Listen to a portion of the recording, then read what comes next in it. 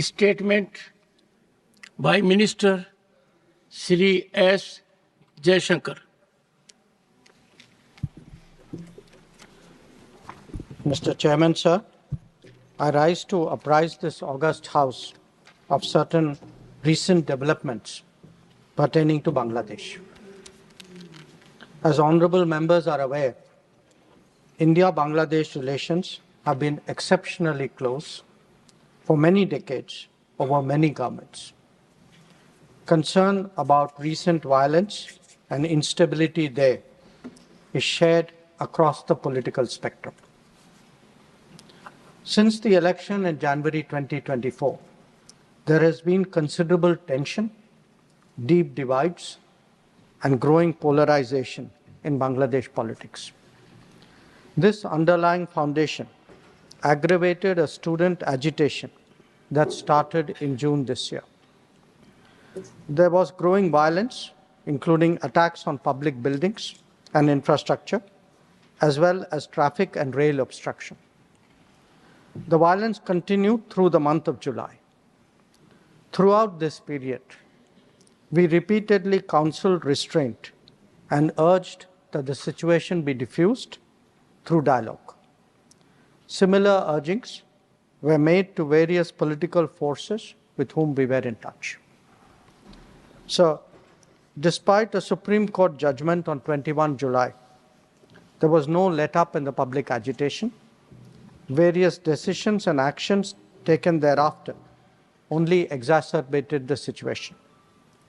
The agitation at this stage coalesced around a one-point agenda, that is that the Prime Minister, Sheikh Hasina, should step down. On 4th August, events took a very serious turn. Attacks on the police, including police stations and government installations, intensified even as overall levels of violence greatly escalated. Properties of individuals associated with the regime were torched across the country. What was particularly worrying was that minorities, their businesses and temples also came under attack at multiple locations. The full extent of this is still not clear. Sir, on 5th August, demonstrators converged in Dhaka despite the curfew. Our understanding is that after a meeting with leaders of the security establishment, Prime Minister Sheikh Hasina apparently made the decision to resign. At very short notice, she requested approval to come for the moment to India.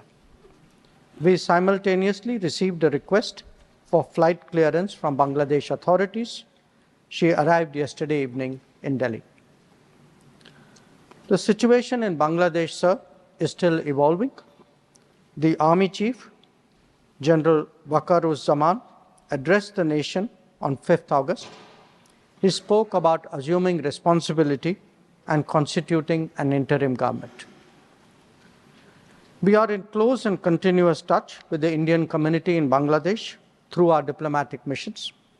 There are an estimated 19,000 Indian nationals there, of which about 9,000 are students. The bulk of the students, however, have already returned to India in the month of July on the advice of the High Commission. In terms of our diplomatic presence, in addition to the High Commission in Dhaka, we have assistant High Commissions in Chittagong, Rajshahi, Khulna, and Sylhet. It is our expectation that the host government will provide the required security protection for these establishments. We look forward to their normal functioning once the situation stabilizes. Chairman, sir, we are also monitoring the situation with regard to the status of minorities. There are reports of initiatives by various groups and organizations to ensure their protection and well-being. We welcome that, but will naturally remain deeply concerned till law and order is visibly restored. Our border guarding forces have also been instructed to be exceptionally alert in view of this complex situation. In the last 24 hours, we have also been in regular touch with the authorities in Dhaka. This is the situation as of now. I seek the understanding and support of the House in regard to sensitive issues regarding an important neighbor on which there has always been strong national consensus. Thank you. Debate resumes. Shri Deepak Prakash. Shri Deepak Prakash. No, no. Shri Deepak, please. Nothing positive. Everyone has positive. Please don't create positive. Please. Shri Deepak Prakash.